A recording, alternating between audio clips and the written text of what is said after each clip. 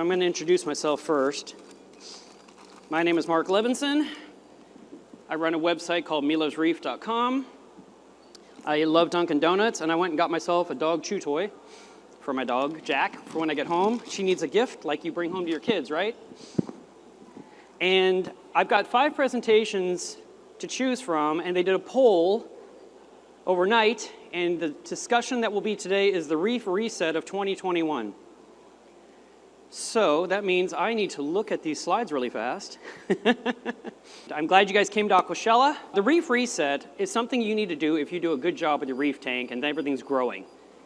Richard Ross said once, if you're doing a phenomenal job with your tank, you will constantly need to cut things out and remove things. Where a lot of hobbyists tend to put their corals in and they just wish it would fill up. Everything's a little tiny frag. I want something nice, or I want a colony. Well, in my case, I tend to not do anything with the tank. I leave it alone completely and let it grow. I keep my hands out of it as much as possible. So if you can kind of get to that mindset where you make sure the equipment is running correctly, but you're not actually reaching in, you're going to see phenomenal growth. And there are some tricks, and I'll be happy to explain any of those to you. I can answer questions later or outside when the show, when I'm done with this. But the bottom line is stable water parameters, good flow, good lighting. If you do those 3 consistently, day after day after week after week after month, your tank's going to grow. If you're lacking something specific, you can have stunted growth, and it seems like things are just sitting there. You need to figure out what that item is that's missing. It could be a very specific element. It could be your salinity has been wrong forever, and you just didn't know it, and finally you correct it, and boom, everything starts growing. You're like, oh, it was salinity? Are you kidding me? It's the easiest one of all. So it's really important to make sure that you've got those things correct. But why do you want to do a reset? These are some of the reasons why. You've got different things that are happening in your tank that you're like, okay, I can't ignore it any longer. I need to get involved. And it can be that you just can't get the water parameter, the nutrients under control, for example. It's just the nitrates, the phosphates, they won't budge. It may be time to do a reset. And by that, we're trying to export as much waste from the system, cut out all the dead skeleton, get out every empty snail shell, look for anything that could be adding to the nutrient load that might be in the sump. The skimmer could be filthy and it needs to really be completely clean to get it more efficient again. It could be reactors that were ignored that are filled with waste in the sponges. And all those things are happening in your system. And if you just one by one attack each of these pieces of gear, you'll start to see the nitrate come down and down like it should. And then you may need to do something else like add bacteria that is good at consuming waste that your system was lacking. That happened to me a few years ago where I was dosing trace elements. That was going to be a different talk today. And in the trace elements, it was so crazy. I was putting in all these things that were missing, and my nitrates every week went higher and higher and higher. And I mean, they were at 15, and after 6 weeks or 8 weeks, they were at 80. And all I was doing is putting in trace elements. I'm like, how is this happening? And I remember calling Reef Labs in Florida here and talking to Gene, who's the physicist, and I said, which one of these trace elements grows nitrate? Because it's one of these little bottles. There's nothing else it could be. And he said, that is not possible. But then, I said, well, I've talked with about 5 different people trying to figure this out. And he said to me, I have a theory. And I couldn't wait to hear it. And he said, I think you may have put in the lacking trace elements that grew or created a dormant bacteria that is now dominant, and it consumed the nitrate consuming bacteria, and you wiped out your denitrification. I was like, I have no problem with that theory. I just like to know what's wrong so I can fix it. That's all. It was nothing about trying to be right. And I started putting in other bacteria to try and get things back on track, and my nitrates started coming back down again. So it could be you have a nutrient problem in your tank and you need to solve it. But in my case, my tank now, actually in 5 days, is going to be 10 years old. It's a 10-year-old sand bed.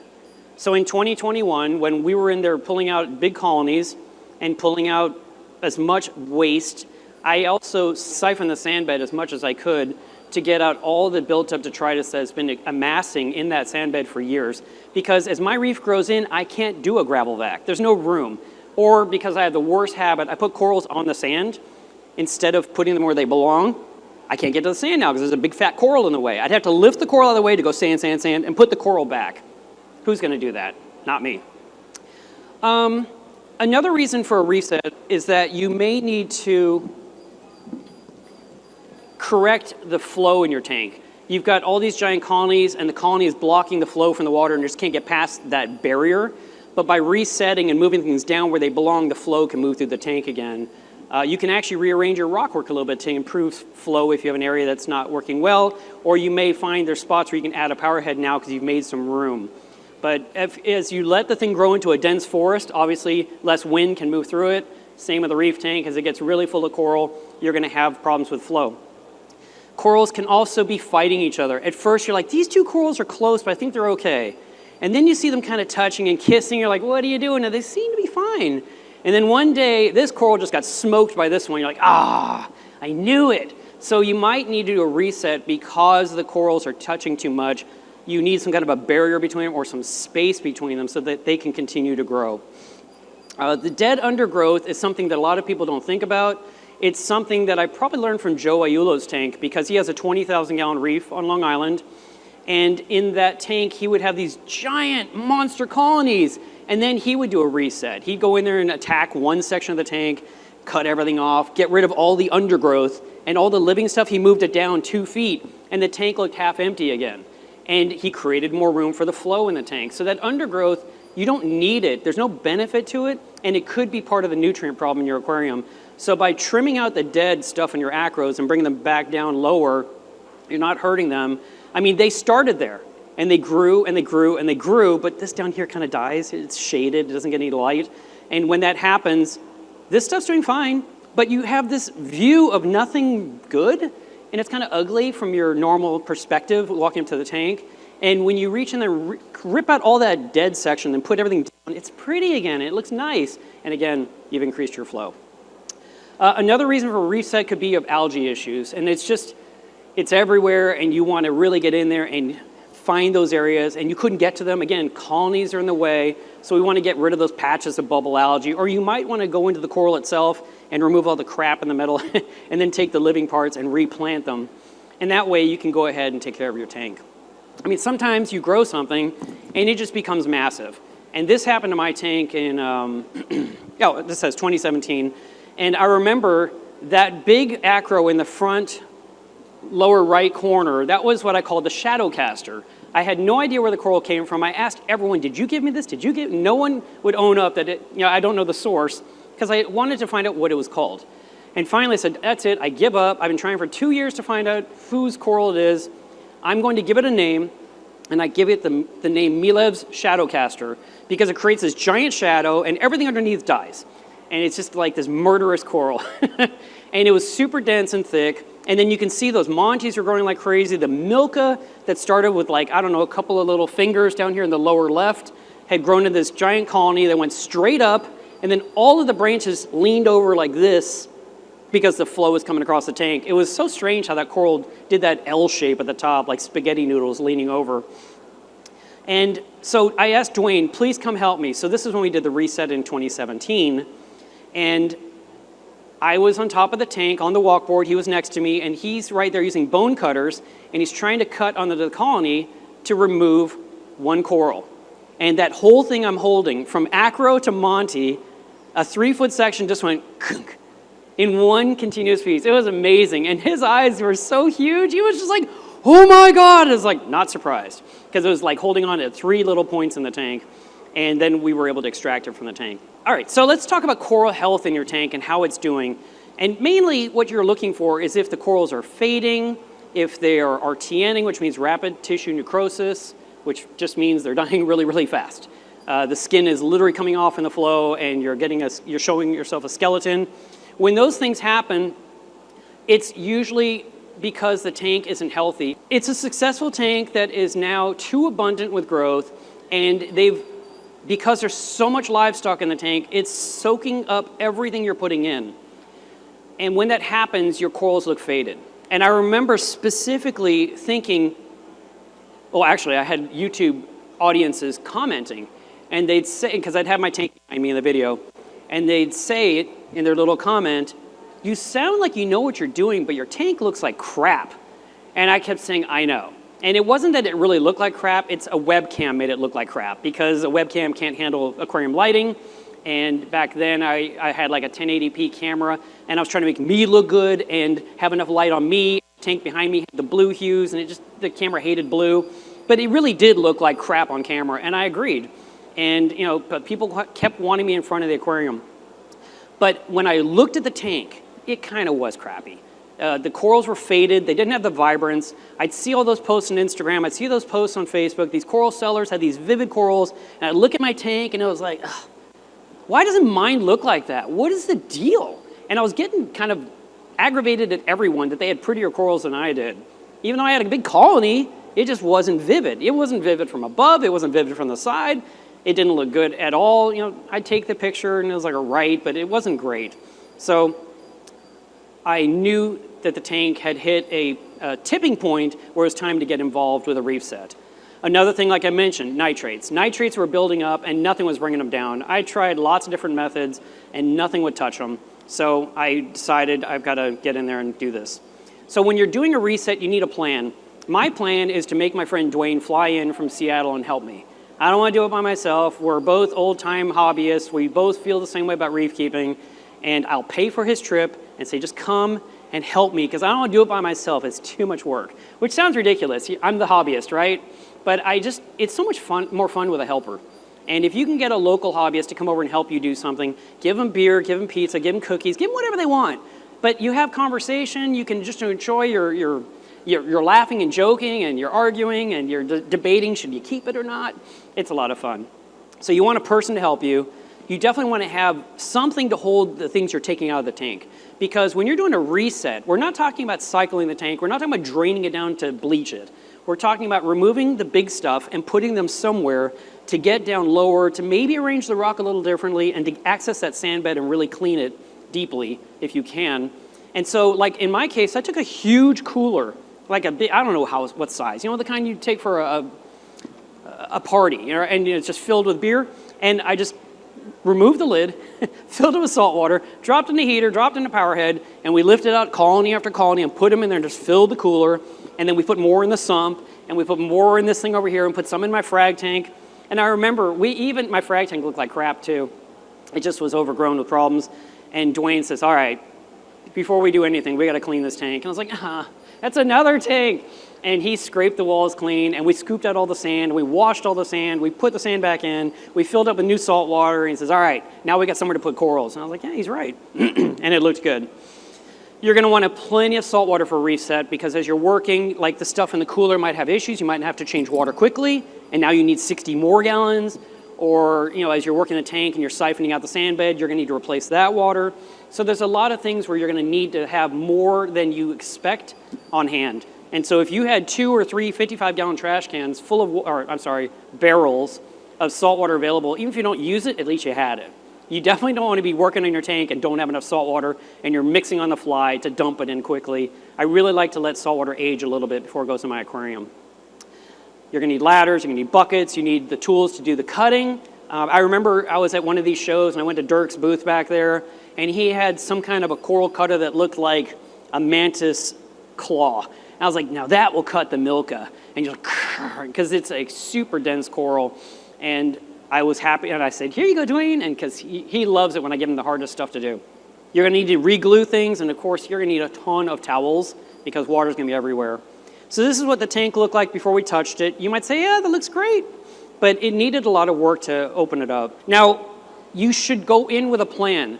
You're not winging this project. You're going to go ahead and you say, I want to accomplish this, this, and this. And like with my reset, because Dwayne is such a good friend, I actually made him do something else while he was visiting. I flew him in. I'm feeding him. I'm giving him a bed. I'm letting him pet my dog. But I also made him fix all the sheetrock in my house. So I just said, okay, this is day 1. You've just been fed. I need you to go through every room of this house, and anything that looks wrong, fix it. He's like, that's a lot of work. I'm like, I know, I'm paying you. And he had to, and I had so much crap in my house. And so he had to like lean over and step over, and he's patching this and doing that crack and fixing this ceiling and all this stuff. And then that evening, we'd work on the reef. And then the next day, he's back to sheetrocking, and then that evening. And what I wanted to do was work on the reef a little bit each day so I didn't shock the system. If I wanted to really do a deep clean of the sand bed of a 400-gallon tank, doing it all in one session is very dangerous to the livestock. So I decided I want to do the front third, do the end of the tank, which is the end third, and then finally do the back third. And so we did each day we would work on the section of sand bed and then replace the salt water, leave the tank alone. Like I said, we worked on sheetrock and other things. And then the next day I would do the next section of sand bed and then a water change. And then, you know, so you see by breaking it up, I wasn't overdoing things. So if you're resetting your tank and you're like, I want to work on my sand bed, you might choose to do, you know, I flew him in, so I had to kind of keep things going. But really, if you could work on 25% of the sand bed each week for 1 month, that's the best plan, because you're not going to overdo anything. You're going to work on a section, everything's going to be stable. And then a week later, you tackle the next section, and then the next. That's really what you want to do. And Dwayne and I talked about everything before we ever touched the tank. We definitely did. I said, you know what? That coral right there, the shadow caster, I said, I want it over there. And he was like, really? You've never done that? I said, I know, and it causes so much shade.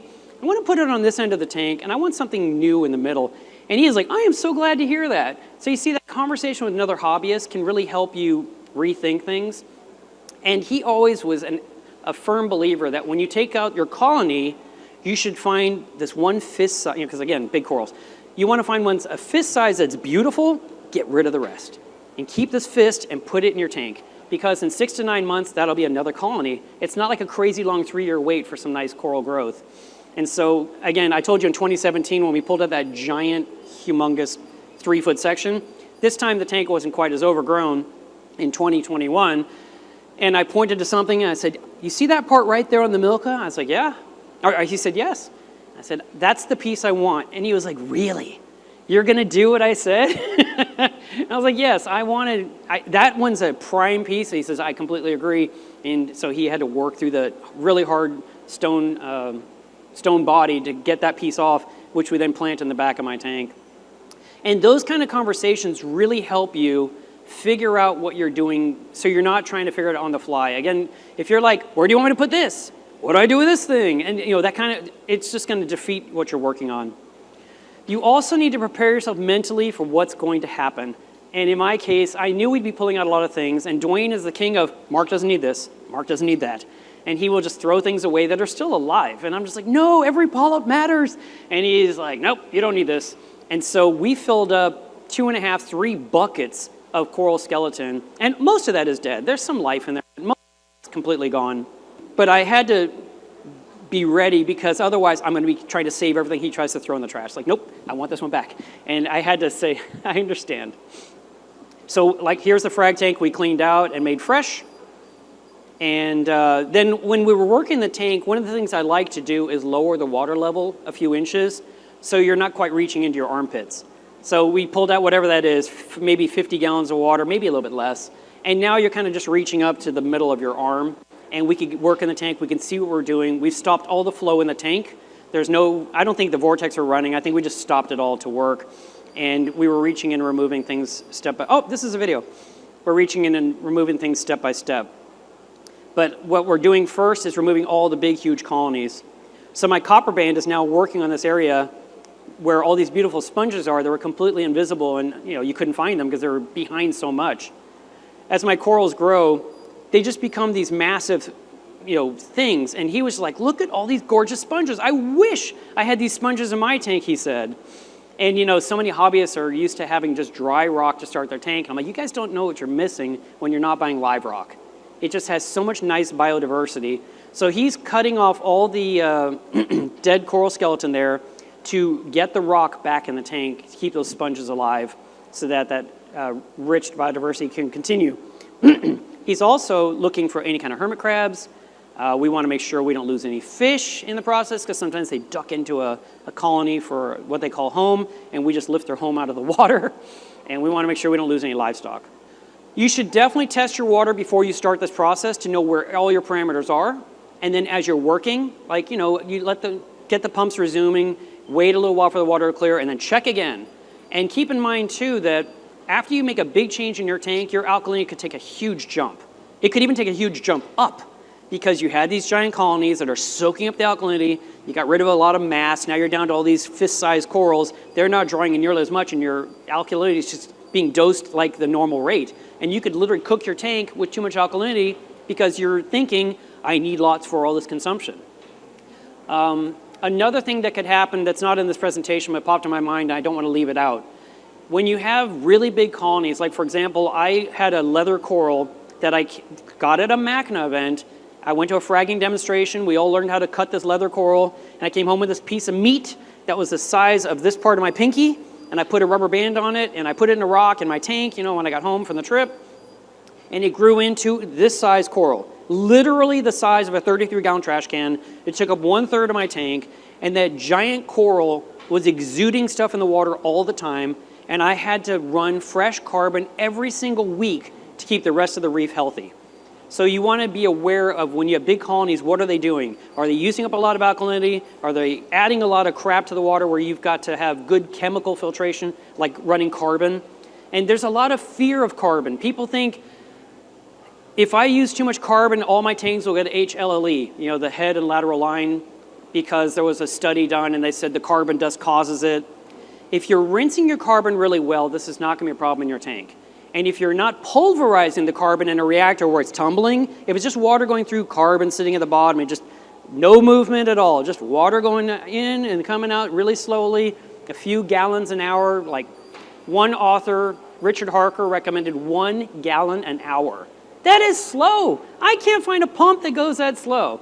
So mine is a very, very, very slow trickle, just kind of peeing out of the reactor, really, really weak. And that right there, never had a problem with carbon in my tank with any of my fish. But you want to make sure that you're staying on top of those things. And if I neglected changing carbon, I could see the SPS were struggling. And I immediately put in the right amount of carbon. And I usually recommend half a cup of carbon per 50 gallons. So if you have a 100-gallon tank, you need 1 cup of carbon. And that's usually good for about 3 days. It's not for a month. It's not for a couple of months. Carbon gets used up quickly. You see the water get nice and clear. And within 3-4 days, you start looking at that water, it's not quite as clear. It's lost that perfect look because the carbon's done. And if you just let it cook for another 27 days in the reactor, you could actually be adding some nitrate back in the water. It's definitely not doing anything good for your tank. And the sponges in that reactor that you're using to keep the carbon from getting out are trapping detritus and also are becoming a nutrient sink. So you want to make sure that you're watching your parameters very closely. There's Jack. She was checking our work. We, like I said, all I did was put a heater and an air stone in there just for a little bit of circulation so the water wasn't stagnant. I have also in the past used like a maxi jet to just have some water blowing through. There's so many pumps in the market. You might be able to drop in a CJ pump or, you know, just something weak. You don't need anything that's crazy. We just don't want to have, because every coral you took out is stressed and they're probably sliming and they will give the slime to their neighbor. And we don't want to have this coral hurt that coral just during this transitional period. So we just need a little bit of oxygenation in the water. I mentioned the fist size, and that really is a good thing to keep in mind. When you are looking at these giant colonies, usually, like for example, let's say you grow Montipora in this giant, huge, circular rose pattern. Usually the center is the most beautiful part. You look down from above, and you're like, oh, I just love the core. And then you look at those big plates, and they're beautiful, but as you remove, you'll see that half the plate is dead. It's the outer rims where the growth is happening that gets prettier and prettier, but this is all kind of wasted stuff. So you can take those big pieces out, you can cut off that dead inner part that was shaded, and then these pieces can go to other hobbyists. They can go to your friends, they can go to your enemies. If you have too many, you're just like, take them all. And you just want to get them out of your house and not put them back in the tank because invariably they are just part of the problem. If your rockscape, your aquascape previously was not good for the setup, for the flow in the tank, you may want to make changes. When I designed my aquascape in 2010 for my current tank right now, I wanted 2 horseshoes and then I wanted a low bommy because my view from the end of the tank, I wanted to see the reef and I didn't want this tall rockwork blocking my view looking that way. I wanted to see the bommy right here, the low area, and I wanted to see the reef going up. That was my goal. And to this day, in 2023, I have not touched the rockscape in my tank, even with all the resets. And Dwayne said, oh, maybe we'll change your rocks this time. And then when he got the corals out of the way, he says, there is nothing I would change in this rockscape. This is a perfect aquascape. And I was like, oh, thank you. That's nice to hear. And it really was. It's a good one where you don't have trapped detritus happening within. The corals grow. It looks good. But I have probably in the last decade added like 1 or 2 extra rocks just to kind of make sure it wasn't level. With an aquascape, it should never look like a man made it or a woman. It should look like nature. Nature hates a straight line is a saying I heard a long time ago. So when you're making anything, you want to kind of have it vary in height. You might want negative space. You definitely want to avoid the brick wall look, that pattern that looks like a bricklayer did the job. And so we don't want our rocks to be all puzzled out exactly equally towards a fruit stand. It looks horrible. And when you're replanting your corals, the ones you took out, you want to think about the color wheel.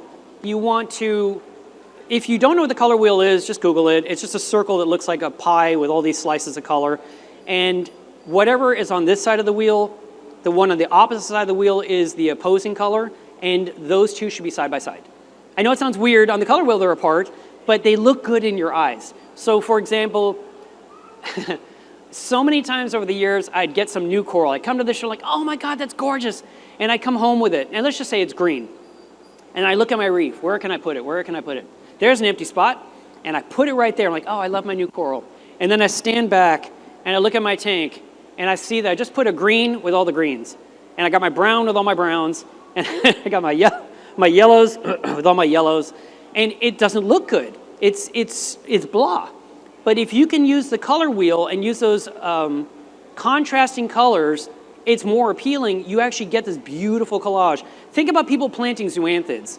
They usually mix them all up, so there's all these colors. It's like Skittles. And everyone's like, I want that too. You know, you don't see someone that has a big red patch and a big blue patch, and then, you know, you get some brown ones here. It's always a mixture. So you want to do the same thing with your corals. When you're resetting the reef, you want to start putting those contrasting corals. It'll look so good. You'll love it. Now, I have some perks with my tank. It's a little bit easier to do my reset, even though it's not perfect. I still have wish list items that, like, I'd love a higher ceiling. If my house had 10-foot ceilings, my life would be so much better. But I'm in a house that's 50 years old. The ceilings are 8 foot because that was the average height of a normal human being back in the day. And when I stand on my walkboard, I have to do this the whole time. And it's really hard on your back, and it's hard on your neck, and you're just like, ah. But that walkboard, I designed the steel stand. I talked to a welder who did all the stands for the fish store by my house, and I said, I would like to hire you to build me a steel stand for my upcoming aquarium. And he says, okay. I said, could you please come over? And he goes, no, just tell me what you want. I was like, I think I really need you to come here just so you'll visualize this. And I said, I want a very strong stand with no legs in the middle. I want complete access from 360 degrees, and I want a removable walkboard that I can shove into the front, stand on with a friend and work, and then when I'm done, I can remove it, I can go to the back, and I can shove it in the back. And he's like, okay, no problem, I got you. I'm gonna make it super strong, I'm gonna powder coat it. I'm still using that stand to this day in 2023. And I use that walkboard all the time. It's wonderful, and when it's not being used to stand on, it's this handy shelf to put my test kits, to put down the fish food, to put a bag of salt or sand, or take a bucket and pull out bubble algae and put it in there. It's just my work surface, and it's so much better than standing on a ladder or on a chair or on a step stool. And I have gotten so many comments on YouTube, all you need is a ladder. I'm like, no, you don't. It sucks. When you have to work in your tank, you put the ladder by the tank. So here you are, your tank is 7 feet long, and you've got your ladder right here, and you get up on it, and you reach over your tank, and you work. And you try to get something over here, and you kind of do that leaning thing, and you get your leg the other way to kind of keep yourself from falling. You're leaning on the edge of the tank, and you're like, I can't do it. So you get down, you move your ladder over 19 inches, now you're here, you get back up on the ladder, and you start working again. And you kind of can reach here, right? But there's still things over there, and you're constantly having to move this ladder and get down all the time. When you're on the walkboard, you just scooch. You just keep working. It's like sheetrockers. They have those stilts so they don't have to keep getting down, right? It makes total sense to make your life as easy as possible. Before this tank, my other trick, I'm single, so I can do these things. I could take my entire kitchen table and drag it in front of the tank, throw a cloth on top, and I just walked on the kitchen table the full length of my 6-foot tank and worked on it. But with this tank, I was like, I want a walkboard that's forever, and I love it. The other thing I designed was I had an entire fish room behind it because I wanted room to work on the tank and hold all the gear and, you know, just be able to do things. A lot of people, everything's under the tank, there's limited space. But because I have a fish room, I have a place to put down those coolers for all those corals. I've got a place to make a massive amount of salt water. These are some of the perks of my system. I also have the rolling light rack. So that rack on the top of the tank, I'm sure I read some threads on Reef Central and got some inspiration, and some, I don't know who. I'm not trying to not give credit, I just don't remember who it was. But they had got these rolling tracks that you mount to the ceiling from McMaster and Carr, and I just bookmarked it. I was like, that'll be handy one day. And then when it was time to do this, I went to that website and I bought the track and I bought these little rollers. Then I went to Home Depot and I got threaded rod, and I ordered that frame that held all the lighting together from Easy Tube. And I built that whole thing together in my freezing garage, hammering it all together with a rubber mallet. And I brought it in and I mounted it, and I can push it completely off the tank. It literally goes 4 feet that way. So I have full access over the tank, and then I can pull it back over. And the reason I wanted this light rack was whenever you had to, I used metal halides forever. And with those, you had to change the bulbs every 9 to 12 months. And when you're changing bulbs over the water, there's a chance you'll drop a screw in the water and go into your reef. You could drop the bulb, whatever. I could take this light rack and roll it completely off the tank and work on the lights, drop screws on the floor, didn't matter, and then roll it back into place, and nothing went into my reef. So with any kind of reef set, I could just take the light rack and push it back, and Dwayne and I can work into the tank. It's just really convenient to have that, not have the lighting in your way. But you want the lights above you to see what you're doing. Back in the day, a lot of people had canopies where you flipped up the lid and the lights were pointing this way. And you're getting blinded with the light, and you can't see in the tank. It's just, it's because the lights are going over there, and you're just wishing you could see what you're doing. I love having light over my work area. And so if you can't do that, maybe you could mount additional lights like Kessels or something up really high. So when you flip open that canopy or whatever you're doing, or you take the canopy off, that's another thing people do. They remove the entire canopy with their lights. Now they're working in a dark tank. But if you had some mounted on the ceiling up high, flip those on for your work time, you're still seeing what you're doing. Or you're just gonna have to wear one of those ridiculous headlight things that they wear when they work as a mechanic to see what they're doing in the tank. You definitely want to have abundant outlets around your aquarium. There's never enough plugs. So these are, like I said, these are the perks. I really planned ahead for this tank when I built it. I put in 6 circuits to that fish room. I don't use 6 circuits. I mean, I have them. They all have something plugged in, but I'm not abusing all 6 circuits. I'm not running it, whatever that is, 120 amps to run my tank. I'm probably using 10 amps for the whole tank, but I divided it across lots of circuits. So if one circuit somehow were to trip, 90% of my gear is still running. I just don't want everything to go dead. Here's an example of one of the big colonies that had to come out. You can see why. It's just taking up way too much space. On the left is a scroll coral. On the right are the true Palithoa, the kinds that kill people. Palitoxin, that one right there. I've had these guys since 2003. They came with a used system. And to this day, they're in my tank, and I've never gotten sick. I know not to lick them. I know not to eat them. I know not to smoke them. I know to just handle them very carefully. I know to keep my mouth shut when I'm holding them, because if they squirt and they squirt into your mouth, your tongue will go numb. I know not to put them through a chop saw because it'll aerosolize it and go into my lungs, and I have to go to the ER. I don't do those things. I'm very careful with them. I'm not a nutcase that has a screen shield and a scuba suit and the rubber gloves and the whole. I don't do all that. I just take them out and I go rinse my hands. It's a real simple process. A lot of reef keeping does have some risks, but if you're being proactive and thinking ahead, you'll be okay. I might be holding up the piece that was going to be going back in. That might be what this is. And then the sand bed. I explained this earlier, so I'm not going to really spend a lot of time on it, but basically I worked across the front only. The next night I did the side, and then the final day the back. And when I was working on it, I was siphoning down, and in this case, Dwayne's doing some siphoning from the back of the tank. I also worked inside those horseshoes. Those horseshoes were filled with brown muck. You didn't see it till you start siphoning, and it just was brown and brown and brown. And I kind of felt good that I was getting this out of the system. And this brought the nitrates from 80 all the way back down to 20. So it was a really good thing to do, and I'm glad I got that done while I had a lot of room in the tank to work because my corals were out of the way. Oh, it's a video, sorry. Can't always tell in these slide presentations what's video and what's not. I need to put a note on the screen, like tap me. How many of you do gravel vacuum? 1, 2. Andrew, you don't gravel vac your 17,000 gallon reef tank?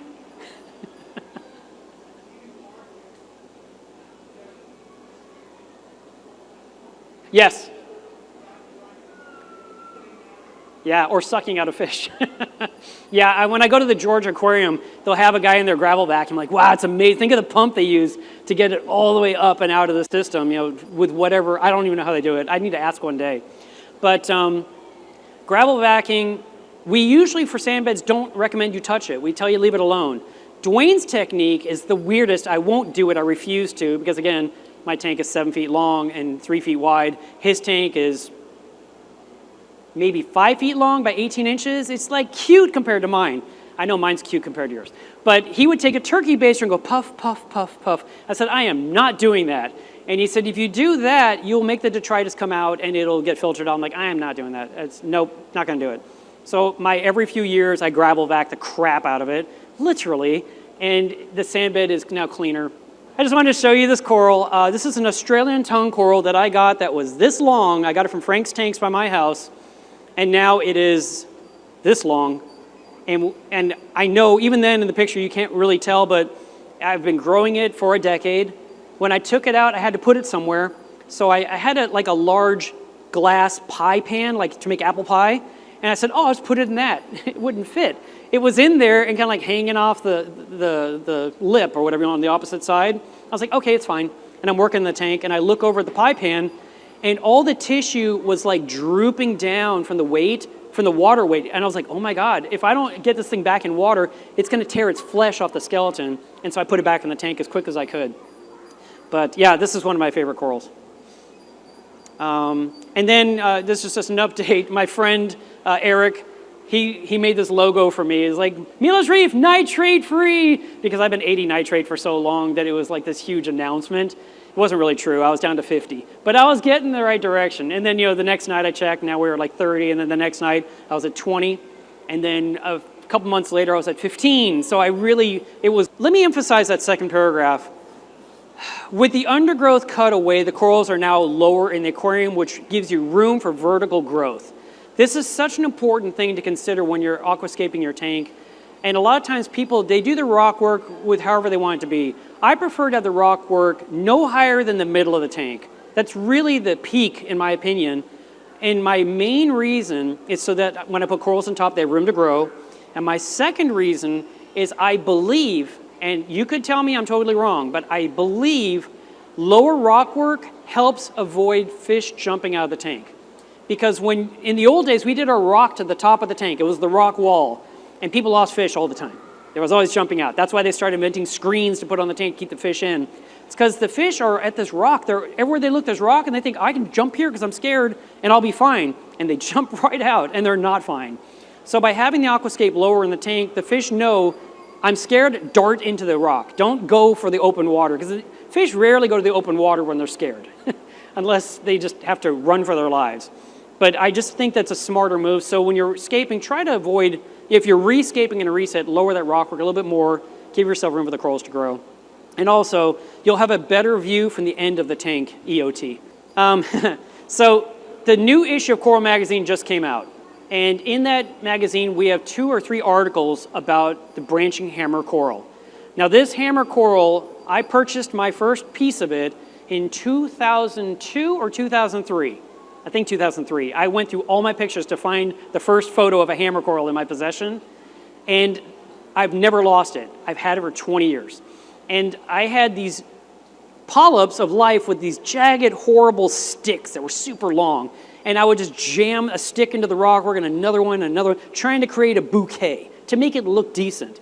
And of course, it never looked decent. It looked like crap, and I hated it. So during the reset, I told Dwayne, I'm going to put every one of those hammers through the bandsaw, and I'm going to cut them into 2-inch stumps. He's like, okay. And I said, and you're going to glue them in the tank. And he's like, all right. And I took all those out. I was in the back behind with the cooler, and I got my saw going, and I'm like, brr, brr, brr. And I bring him a tray of hammers. And I say, see that spot in the bommy, which is the low rock work? I gave him a flat rock, like a shelf, and I said, here's a jar of glue. Just keep planting these. And so he's up there working. He's on the walkboard. And then I go back behind the tank and I'm doing stuff. He doesn't know what I'm doing. And I'm more hammer corals. And I come back with another tray as he thinks he's done. You know, he gets up and he's on my back and I was like, oh, okay. And he's gluing. And I go back behind the tank and I come back. He's like, more? I was like, you just keep going till we're done. He's like, I have never planted so much hammer coral in my life, he said. And it just made me laugh. That was actually shared in this coral magazine. And it was kind of flat and boring. And now it's this beautiful colony in my tank. It's like almost 2 feet across. And you can see because of it, it's down low. Again, if this was a TV, you could see better. But it's down low and I can see my reef behind it. That jagged bouquet I created was really tall and I couldn't see behind it. I had to do this thing and this thing, to look from the end of the tank or just go from the front. My aquascape wasn't what I wanted, so I wanted to get back to what I had originally planned back in 2010. And so this is what it looked like when we were all done. After 3 days of working on the tank, the sand is all clean, the scape is low, the bommy's super low, there's new frags planted, and there's little fist-sized colonies planted. I say new frags because Dwayne, being my friend, showed up with a suitcase full of corals to add to my tank, which was really nice. And we put in like 20 new of corals that came from his reef. So another perk from getting a buddy to come over is, say, bring some coral with you that you can add to your tank. And the benefit, too, is that you're banking corals with a friend. If something happens to theirs, you can give them a frag back later. And this was probably a month later, just to kind of show it. And it's so hard to see here, but I'm going to try anyway. Down here at the bottom where the sand is, this right here looks nice and white. When a tank's been going for a while, that's usually brown or red. And that's how we kind of can tell when a tank's new or not. When it's that perfect white sand on the front, you're like, oh, your tank's too young, you shouldn't have done that. But you can make your tank look young by just taking a spatula and cleaning that area and just kind of go through and just erase away the little bit of crap that's there and make your sand look nice from the front. It will make a big difference in the aesthetic of the tank. And then, again, like I said, a month later, look how pretty it looks. It looks great. And then 9 months later, it was full again. And it was, that was it. So thank you so much for listening. I'm happy to answer any questions. I didn't drag this out forever. Yeah, go ahead.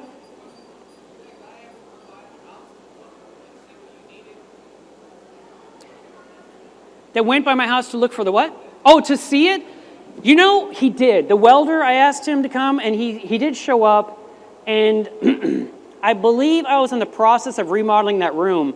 And what I was doing, because the old tank that was in that spot was smaller, and I decided, and the room behind it was smaller. Now I'm getting this bigger tank, so I made the room bigger. So I put up these giant sheets of pink foam, floor to ceiling, to create a fake wall to keep the dust out of the house, my living room, and work in there. And I wanted to pour new concrete to make the floor the same height. And his stand was going on the new concrete. And I wanted him to see where it was going to go and how he had to avoid this wall that's still here, because I need to take the walkboard out, go behind and put it in. But there's the wall that's 5.5 inches thick. And if he made that walkboard the wrong size, it wouldn't fit into the holes in his stand. And he said, I'm really glad you had me come out. So sometimes you do need their eyes on site, even though they might not want to. And you just have to be a little persistent so you can get what you're really looking for. Another question? Don't be shy. Ask me anything. Yes? So my theory for the last 30 years or so has been that it's Turn her up. Elevated level of phosphates that cause head and lateral line disease, especially in the brown, blue, purple fish, tangs, angelfish, those kind of things. The carbon factor, where I don't disagree that dust may help cause this, but lower grades of carbon are processed, the way that they're processed and cut is in using phosphate, right? So if you're using a higher level of activated charcoal or coconut carbon, something like that, one of the higher grades of carbon, you won't see that same effect. Okay, so cheap carbon's bad, better carbon is better. We use carbon in every single system we have because of the, oops, what happens if something gets in your tank that doesn't belong. But you're absolutely right about changing it out periodically, because if you don't, especially if the pH drops, it'll release anything that it's holding on to. But that's, I won't say it's a no wives' tale about the carbon in the lateral line, but it's certainly, there's I think a much closer relationship with elevated level of phosphate in the lateral line. Interesting, thank you very much. Let me add to that the carbon I buy, I buy an 80-pound, or I don't know, 50-pound bag of it from Blue Life USA. They don't sell it. I just tell them, give me your carbon, and because they bring in pallets of this stuff, I'm like, I want one of those giant bags. It'll last me for like the next 5 years of my life. And the reason I like their carbon, Ariel, who used to run that company, she said, this is the most amazing carbon on the planet. I'm like, okay, why? And she said, you know, because she was making these little jars of Clear FX Pro, and she said there's no dust.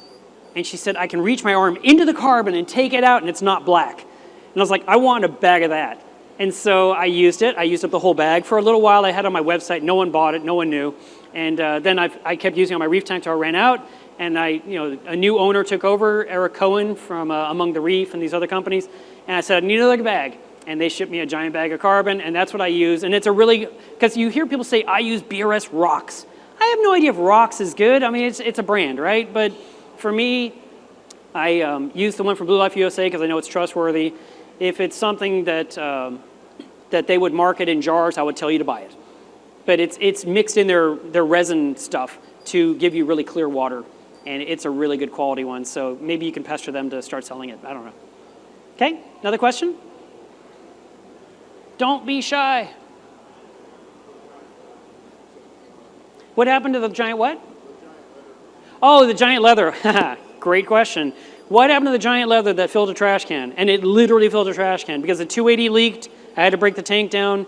It took 2 of us to lift it out of the tank because it was so big. I'd had it for so long. And actually, I couldn't lift it because I was giggling. I'm holding this giant, slimy, disgusting, huge, enormous, heavy, dripping, gross. And I'm cracking up, and when you're laughing, it's like trying to lift a piano. You can't do it, and your buddy starts laughing, and you laugh some more.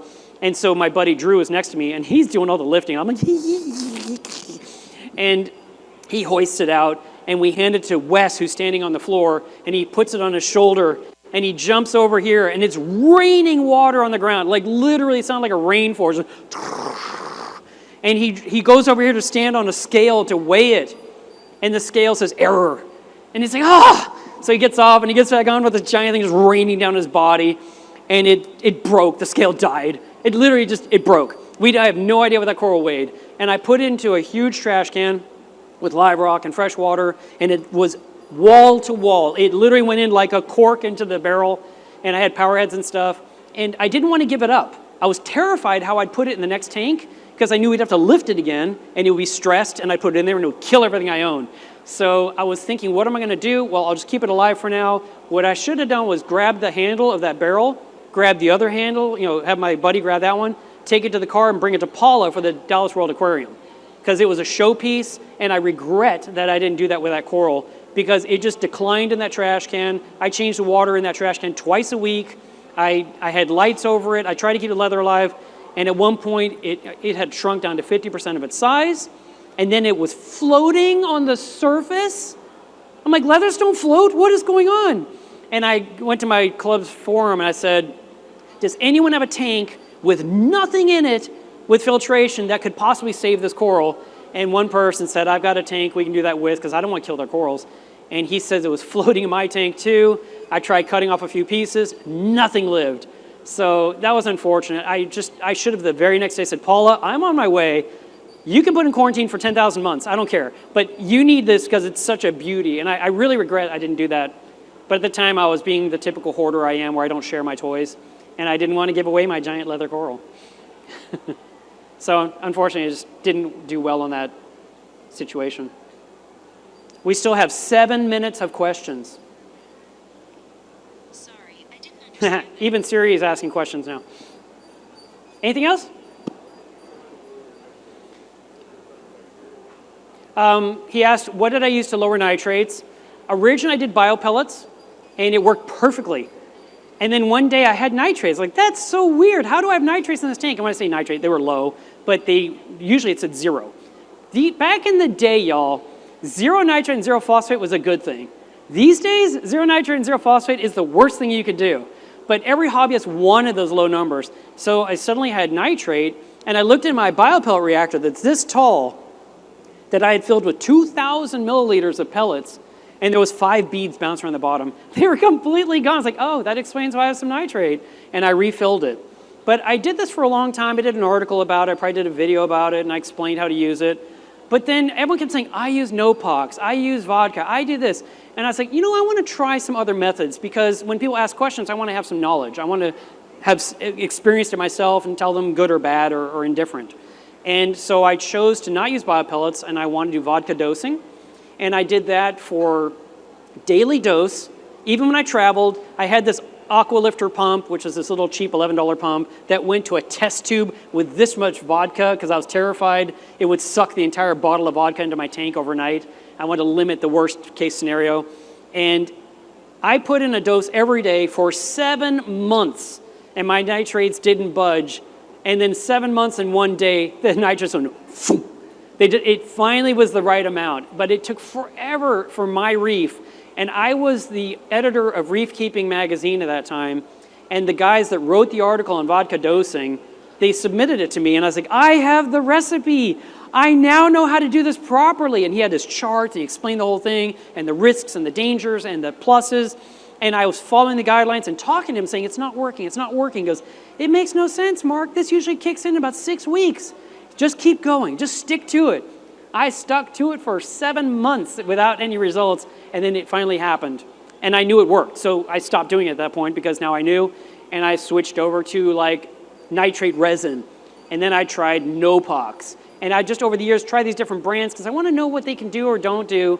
Like I said, to explain, if you said, hey, I want to use Nopox, I can tell you that doesn't work, or the way you should never use it is this way, that way some insight. And I'm trying to think what else the one thing that worked amazingly well was a product called Nitrate R from Brightwell. And I really want them to put a big fat D in the front. So it says denitrator. So it's like denitrator, because it's nitrate, N-I-T-R-A-T-R, nitrate R. And it should be denitrator because it's literally taking the nitrate out. And I put exactly the right amount of resin in this giant reactor. The one thing I didn't know about this resin, it's super buoyant, like unbelievable. It's like filled with helium, and then and you're like, no, don't do that. Don't come out of the reactor. And I'm turning the flow down. What I need is a reactor twice as tall to trap the pellets low and have water above it. I still got 4 minutes, and so I use that resin. And the benefit of that product is you can recharge it with table salt 250 times. So you buy this resin, you've got the resin for life. Now, one thing I learned the hard way, that's why I learned these things. Don't let it dry out. When I would stop using it because it was working too well, and I said, oh, stop. I took it out of the system, I put it in a container, all the salt water evaporated, literally it was just dry. And then when I said, okay, let me recharge it because I'll use it again one day, the jar says, do not allow it to get dry. I was like, oh man. So I had to throw it all away. And if I do it again, I gotta use a fresh batch. But the denitrator works great to lower nitrate. Just put it in a reactor with a lot of vertical space above it so the pellets stay low and the water is above it. Yes? No. I do regular gravel siphons. I do the siphon during the resets. So every 2 to 3 years, I do it. Right. I don't do it for any time because there's corals in the way. I have all those tongue corals, and I have chalices and fungias, and I literally have to move 15 things off the bottom to do a section. I'm like, nope, don't want to do it. So I keep my hands out of the tank. I don't do regular water changes either. I change water sporadically, probably 5 or 6 times a year. The water change might be 40 gallons, it might be 80 gallons, it might be 120 gallons. My system's 450. I just take some out. I scrape things down, and I do some cleaning, and I change some water if I want to. And when I mix salt water, I make 250 gallons at a time, and I use some of it, and it could be in that vat for 3-4 months before it's finally used up. And when I finally get near the bottom, I make a new batch of salt water. I'm not one of those guys that wants to do, matter of fact, I've dreamt about doing automatic water changes just because I thought it might be a good idea, but I don't want to do it either. So that's how I handle it. All right, my time is up. Thank you so much for listening, and I hope that you guys have a great rest of the show.